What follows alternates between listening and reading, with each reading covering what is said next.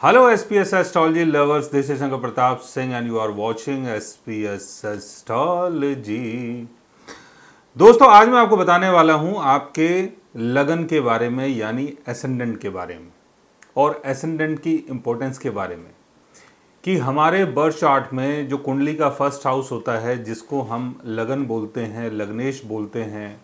या एसेंडेंट बोल देते हैं या कुंडली का फर्स्ट हाउस बोलते हैं, तो उसकी क्या इम्पोर्टेंस हमारी लाइफ में बनती है।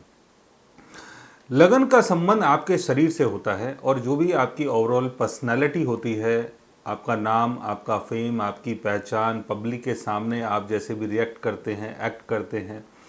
वो सारी चीज़ आपके लगन से देखी जाती है। लगन का संबंध आपकी ओवरऑल पहचान से है, आपके नाम से है और जो भी आप कार्य करते हैं, कृत करते हैं इस संसार के सामने, इस दुनिया के सामने, जैसे भी आप दिखाई देते हैं, वो आपकी कुंडली का फर्स्ट हाउस होता है यानी आपका एसेंडेंट होता है। अब आपके एसेंडेंट में जितने ज़्यादा प्लैनेट्स बैठ जाते हैं,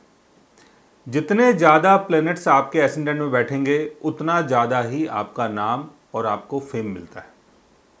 लेकिन ज़्यादा जब ग्रह एक साथ कहीं भी किसी भी हाउस में बैठते हैं तो वो एक दूसरे की चीज़ों को डिले भी कर देते हैं,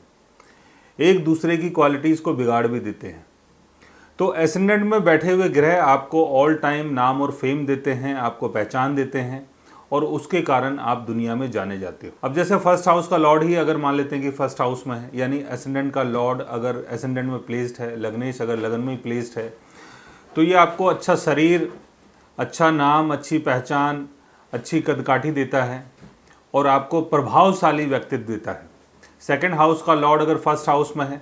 तो आपको बहुत रिच बना देता है, बिकॉज सेकंड हाउस का संबंध आपकी वैल्यू एंड वेल्थ से है और उसके कारण आपको नाम फेम मिलता है। थर्ड हाउस का लॉर्ड अगर फर्स्ट हाउस में आता है तो आप एक स्किलफुल पर्सन होते हैं और उसके थ्रू आपका काफ़ी नाम होता है। फोर्थ हाउस का लॉर्ड अगर फर्स्ट हाउस में आके प्लेस्ड होता है तो आप बहुत ज़्यादा सुखी हो जाते हैं, आपके पास काफ़ी प्रॉपर्टी, ज़मीन जायदाद, ये सारी चीज़ें होती हैं। फिफ्थ हाउस का लॉर्ड अगर फर्स्ट हाउस में आता है तो आपको क्रिएटिव पर्सन बनाता है और उसके थ्रू आपको नाम फेम मिलता है। सिक्स्थ हाउस का लॉर्ड अगर फर्स्ट हाउस में आता है तो जॉब के थ्रू आपकी पहचान बनती है, आपका नाम बनता है। सेवन्थ हाउस का लॉर्ड अगर फर्स्ट हाउस में आता है तो पार्टनरशिप के थ्रू मैरिज के बाद आपको नाम और फेम मिलता है। एट्थ हाउस का लॉर्ड अगर फर्स्ट हाउस में आता है तो सडन जीवन में चेंजेस आते हैं और उसके थ्रू आप काफ़ी फेमस हो जाते हैं, यानी रातों रात आपकी किस्मत बदल सकती है अगर एट्थ हाउस का लॉर्ड फर्स्ट हाउस में है और अपने फ्रेंडली साइन में है या अपनी अच्छी पोजीशन में है।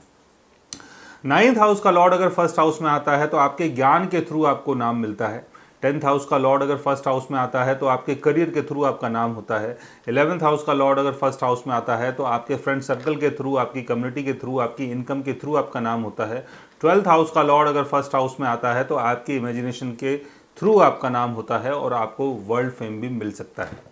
यानी एसेंडेंट में जितने ज़्यादा ग्रह आते हैं, जहाँ से भी आ रहे हैं, जैसे भी बैठ रहे हैं, उनके थ्रू हमें पहचान तो मिलती है, नाम तो मिलता है, लेकिन एक से ज़्यादा ग्रह अगर एसेंडेंट में आके बैठते हैं तो वो एक दूसरे की क्वालिटीज़ को बिगाड़ देते हैं और एक दूसरे से जो चीज़ें मिलने वाली हैं उन सब चीज़ों में भी कई बार डिले हो जाता है।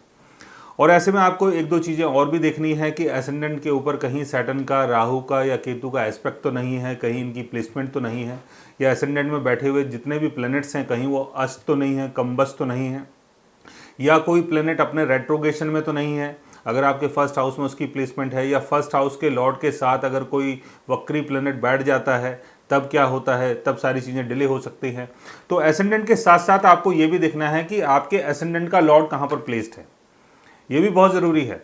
अगर ज़्यादा से ज़्यादा ग्रह आपके एसेंडेंट में प्लेस्ड हैं वो तो अच्छी बात हुई, क्योंकि वो आपके लिए ट्राई कर रहे हैं कि आपको नाम और फेम मिले, लेकिन उसके साथ साथ फर्स्ट हाउस के लॉर्ड की प्लेसमेंट को समझना भी बहुत ज़रूरी होता है कि फर्स्ट हाउस का लॉर्ड कहाँ पर प्लेस्ड है। अब फर्स्ट हाउस का लॉर्ड अगर वीक हो जाता है तो ट्राई तो बहुत चलेगी, कोशिश बहुत चलेगी, एफर्ट्स बहुत लगाएंगे, आपके दोस्त यार, आपके परिवार वाले, आपके भाई बंधु, सारे लोग कोशिश कर रहे हैं आपके लिए कि आपका नाम हो,